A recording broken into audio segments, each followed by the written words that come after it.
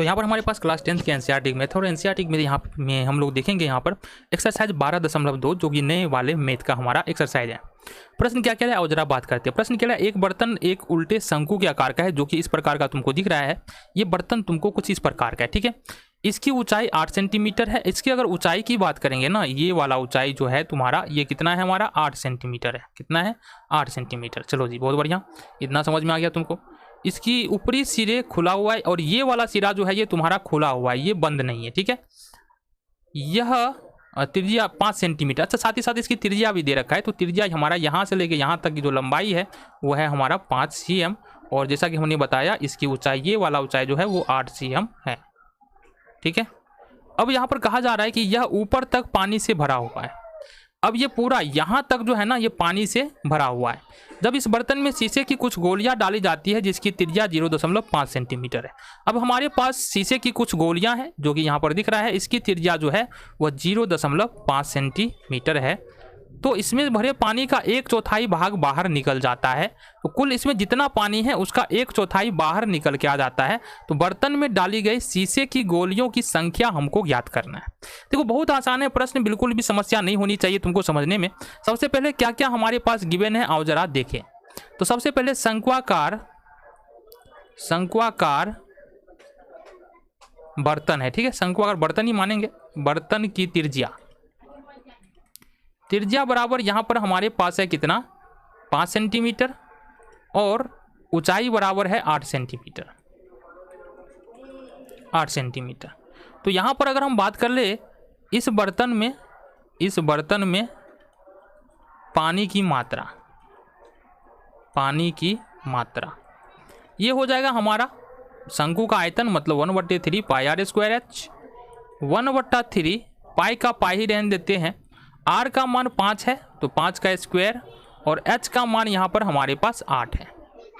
तो इसको अपन ऐसे भी लिख सकते हैं 1/3 पाई गुने 5 गुने 5 और गुने में 8, ठीक है। इतना ही हमको अभी करना है, इसके अलावा हमको कुछ नहीं करना है।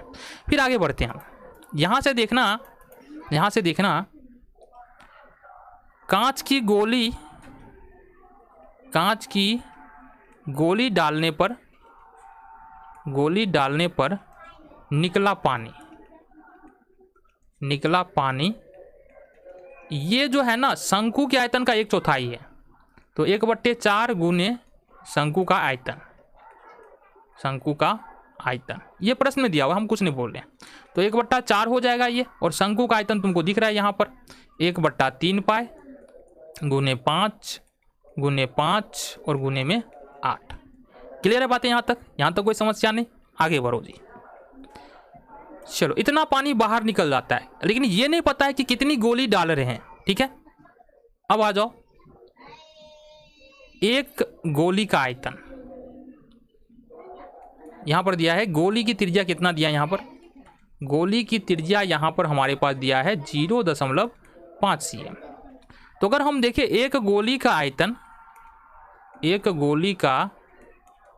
आयतन बराबर, तो गोली का आयतन मतलब गोला और गोला का आयतन मतलब होता है 4/3 पाई आर क्यू। तो ये होगा 4/3 इंटू पाई का पाई हो जाएगा, आर क्यू का मतलब 0.5 का यहाँ पर क्यू हो जाएगा। तो कुल मिला के देखिए तो ये हो जाएगा 4/3 पाई का पाई 0.5 गुने 0.5 गुने 0.5 क्यू का मतलब यही होता है। अब आ जाओ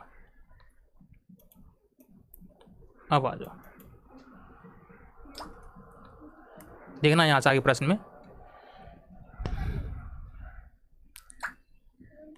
शंकु वाले बर्तन में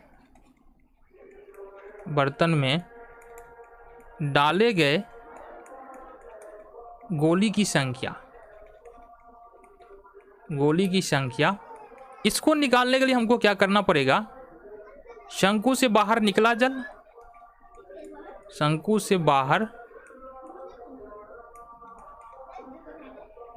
जल और बट्टे में एक गोली का आयतन ये अगर कर देते हैं तो हमारे पास फाइनली क्या निकल के आ जाएगा? हमारे पास निकल के आ जाएगा गोलियों की संख्या। आ जाओ देखते हैं कैसे। तो जब हम गोली डालते हैं तो उसमें से कितना जल निकलता है ये हमको यहाँ पर पता है, देखना जरा। जल निकल जाता है तुमको 1/4 गुने 1/3 पाई गुने 5 गुने 5 और गुने में 8। ठीक है, इसके बट्टे में दूसरी बात है कि एक गोली का आयतन कितना है।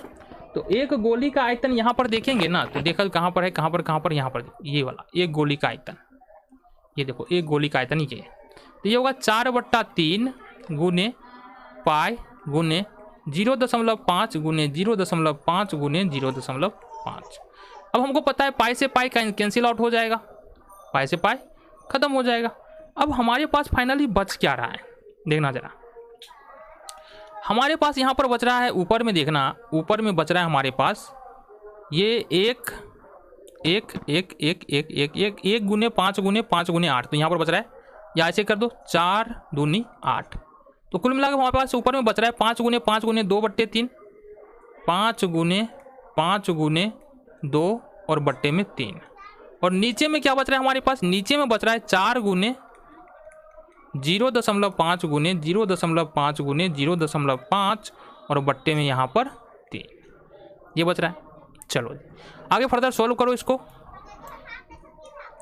तो यहाँ पर अपन क्या कर सकते हैं, ये कर सकते हैं 5 गुने 2 और बट्टे में 3। जैसा कि पता है यहाँ पर भाग दे रहे तो 3 ऊपर जाएगा और यहाँ पर आ जाएगा तुम्हारा 4 गुने 0.5 गुने 0.5 गुने 0.5। 3 से 3 यहाँ पर क्या होगा, खत्म हो जाएगा। आगे तुम्हारे पास क्या बचेगा, देखो यहाँ पर दशमलव के बाद एक अंक है, दशमलव के बाद एक अंक है, दशमलव के बाद एक अंक है।